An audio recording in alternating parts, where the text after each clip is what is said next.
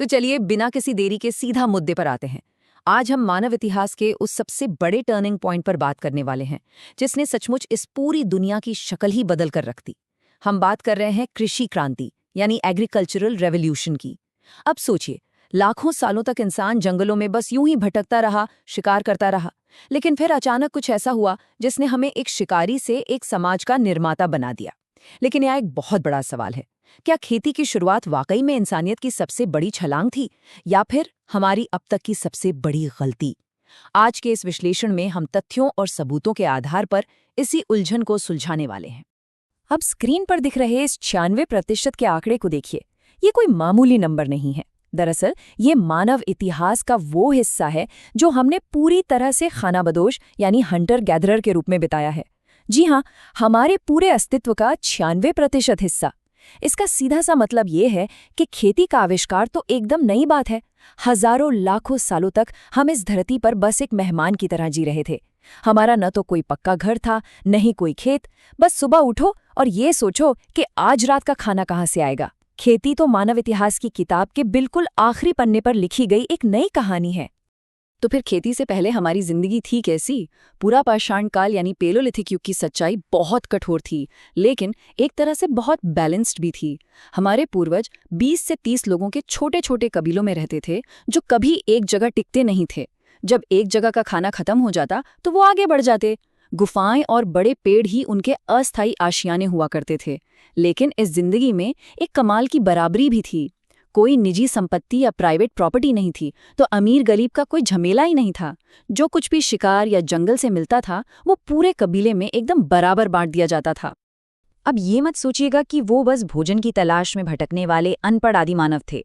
बिल्कुल नहीं, वो अपने पर्यावरण के एक्सपर्ट थे। मध्य प्रदेश की भीमबेटका गुफाओं में मिली चित्रकारी इसका सबसे शानदार सबूत है।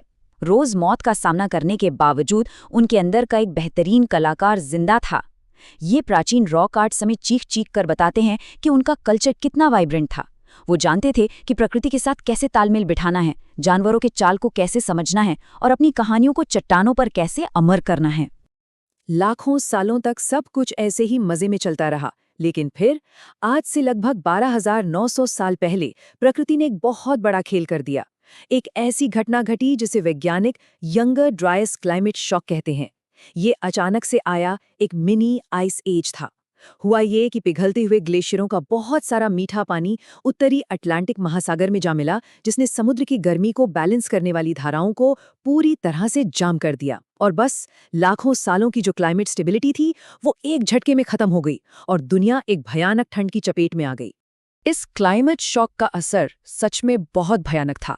दुनिया भर का तापमान एकदम से नीचे गिर गया। हरे भरे जंगल तेजी से सिकुड़ने लगे और बंजर हो गए। मैमथ्स जैसे जिन बड़े जानवरों का हमारे पूर्वज शिकार करते थे वो अचानक विलुप्त होने लगे।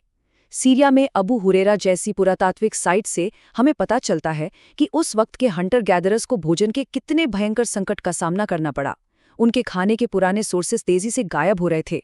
हालात इतने खराब हो गए थे कि सिर्फ शिकार पर जिंदा रहना अब बिल्कुल नामुमकिन और जानलेवा हो चुका था। और कहते हैं ना कि आवश्यकता ही आविष्कार की जननी है। शायद इसी भयंकर मजबूरी और हताशा के बीच मानव इतिहास का सबसे बड़ा यूरिका मोमेंट आया। जरा इमेजिन कीजिए, किसी ने कुछ जंगली दाने इकट्ठा किए होंगे और गलती से कुछ दाने उनके कैंप के पास जमीन पर गिर गए। कुछ हफ्तों बाद जब बारिश हुई तो वहां उन्हीं बीजों से नए पौधे उगाए। ये एक इतनी छोटी सी घटना थी, लेकिन इसने पूरी दुनिया को हमेशा के लिए बदल कर रख दिया। इंसानों को अचानक ये समझ आ गया कि हमें खाने के पीछे हमेशा भागने की जरूरत नहीं है, बल्कि बीजों को बोकर हम खुद अपना भोजन उगा सकते हैं। लेकिन यहाँ एक बात क्लियर कर दूं, ये रातों रात हुआ कोई जादू नहीं था। ये एक धीमी सी जागरूकता थी जो दुनिया के अलग अलग हिस्सों में इंडिपेंडेंट तरीके से हो रही थी। आप इस ग्लोबल टाइमलाइन को देखिए। 10,000 ईसा पूर्व के आसपास मिडिल ईस्ट में गेहूं और जौ उगाया गया। फिर करीब 9,000 साल पहले चीन में लोगों ने जंगली चावल उगाना शुरू किया और 7,000 ईसा पूर्व के आते आते हमारे भारतीय उपमहाद्वीप के मेहरगढ़ में भी खेती और जानवरों को पालतू बनाने की शुरुआत हो चुकी थी। मतलब ये एक ग्लोबल रेवोल्यूशन था जो धीरे धीरे आकार ले रहा था। इस पूरी क्रांति का जो सबसे बड़ा एपिसेंटर था वो था फर्टाइल क्रेसेंट या उपजाऊ अर्धचंद्र। ये मिडिल ईस्ट का वो इलाका है जहाँ टिग्रिस और यूफ्रेट्स नदियां बहती हैं। अब जो सबसे हैरान करने वाली बात है वो ये कि यहाँ की शुरुआती किसानों ने अनजाने में ही सही, लेकिन जेनेटिक इंजीनियरिंग जैसी आधुनिक तकनीक का आविष्कार कर दिया था। कैसे? वो अगली फसल के लिए सिर्फ सबसे मजबूत और सबसे बड़े दानों वाले बीजों को ही चुनते थे। हजारों सालों की इस प्रैक्टिस ने जंगली घास को उन फसलों में बदल दिया जिन्हें आज हम अपनी थाली में देखते हैं। और अगर हम भारतीय उपमहाद्वीप की बात करें तो हम भी इसमें बिल्कुल पीछे नहीं थे। पाकिस्तान के बलूचिस्तान में स्थित मेहरगढ़ इसका एक क्लासिक उदाहरण है। यहाँ 7000 ईसा पूर्व के गेहूं, जौ और मिट्टी की ईंटों से बने परमानेंट घरों के सबूत मिले हैं। यही नहीं, दुनिया में कपास यानी कॉटन की खेती के सबसे शुरुआती प्रमाण भी यहीं से हैं। इसके अलावा उत्तर प्रदेश की बेलन घाटी में चावल के साक्ष्य और बिहार के चिरान में मिली बस्तियां ये साबित करती हैं कि भारत में खेती कितने बड़े लेवल पर जड़ें जमा चुकी थी। अब यहाँ जो सबसे दिलचस्प बात उभर कर आती है वो ये है कि कैसे हमारी नई ज़रूरतों ने हमारे औजारों को भी पूरी तरह बदल कर रख दिया। फसल उगाने का मतलब था उसे काटना और सहेज कर रखना। तो पुरापाषाण काल के उन भारी भरकम पत्थरों की जगह अब चमकदार पॉलिश की हुई पत्थर की दराती ने ले ली। और सबसे बड़ा गेम चेंजर क्या था? मिट्टी के बर्तन। अनाज को नमी और चूहों से बचाने के लिए उन शुरुआती किसानों ने मिट्टी को आकार देकर आग में पकाना सीख लिया था। खेती ने न केवल हमारा खाना बदला बल्कि हमारी टेक्नोलॉजी को भी एक लंबी छलांग दी। खेती और औजारों के इस डेवलपमेंट ने एक चेन रिएक्शन शुरू कर दिया जिसे हम सभ्यता का विकास क्रम कह सकते हैं। जरा इस फ्लो को समझिए। सबसे पहले खेती से जरूरत से ज्यादा अनाज यानी सरप्लस फूड पैदा हुआ। इसका सीधा सा मतलब था कि अब हर किसी को शिकार करने की जरूरत नहीं थी। इससे श्रम का विभाजन हुआ, कुछ लोग कुम्हार बने, कुछ बुनकर बने। फिर अनाज और जमीन को अपने पास रखने के विचार से प्राइवेट प्रॉपर्टी का कॉन्सेप्ट पैदा हुआ। और जाहिर है, जब प्रॉपर्टी होगी तो उसकी रक्षा और मैनेजमेंट के लिए मुखिया, राजा और सेना जैसी सोशल हायरार्की भी बनेगी ही। अब जरा एक पल के लिए रुकते हैं और इन दोनों लाइफस्टाइल्स को आमने सामने रखकर देखते हैं। हंटर गैदरर की जिंदगी सुनने में भले ही मुश्किल लगती हो, लेकिन असल में वे हफ्ते में सिर्फ 15 से 20 घंटे ही काम करते थे। उनका खाना बहुत वैरायटी वाला और न्यूट्रिशन से भरपूर था और समाज में एकदम बराबरी थी। इसके उलट शुरुआती किसानों की हालत देखें। उन्हें सुबह से लेकर शाम तक खेतों में कमर तोड़ मेहनत करनी पड़ती थी। उनका खाना सिर्फ कुछ गिने चुने अनाजों तक सिमट कर रह गया और उनके समाज में अमीर, गरीब और शासक गुलाम जैसी कठोर असमानताएं पैदा हो गईं। और ठीक यहीं पर इस पूरी कहानी में एक बहुत बड़ा ट्विस्ट आता है। जेरेड डायमंड जैसे मशहूर मानव विज्ञानी एग्रीकल्चरल रेवोल्यूशन को मानव जाति के इतिहास की सबसे बड़ी गलती मानते हैं। हाँ, आपने बिल्कुल सही सुना। ये एक बहुत ही चौंकाने वाला और बहस का मुद्दा है। हम तो हमेशा यही सोचते आए हैं कि खेती ने हमें बचाया और सभ्य बनाया है ना, लेकिन क्या वाकई ऐसा था? चलिए उस छिपी हुई कीमत पर एक निष्पक्ष नजर डालते हैं जो हमारे पूर्वजों को अपना वो आज़ाद जीवन छोड़ने के लिए चुकानी पड़ी। जब हम प्राचीन कंकालों की जांच करते हैं तो ये भारी कीमत साफ दिखाई देती है। शिकारियों के मुकाबले किसानों का शारीरिक स्वास्थ्य बहुत गिर गया था। उनका कद छोटा हो गया, दांतों में भयंकर सड़न थी और हड्डियों में गठिया जैसे रोग साफ दिखते हैं, जो खेतों में दिन रात की गई उस अथाह मेहनत का नतीजा थे। समाज के स्तर पर देखें तो प्रॉपर्टी ने लालच और जंग को जन्म दिया। एक गांव दूसरे गांव के अनाज पर हमला करने लगा और सबसे बड़ा डर था अकाल का। अगर बारिश नहीं हुई या फसल में कीड़े लग गए तो पूरा का पूरा गांव भुखमरी का शिकार हो जाता था, क्योंकि वो पूरी तरह एक ही फसल पर डिपेंडेंट थे। और सच कहूं तो स्वास्थ्य का ये संकट यहीं खत्म नहीं हुआ।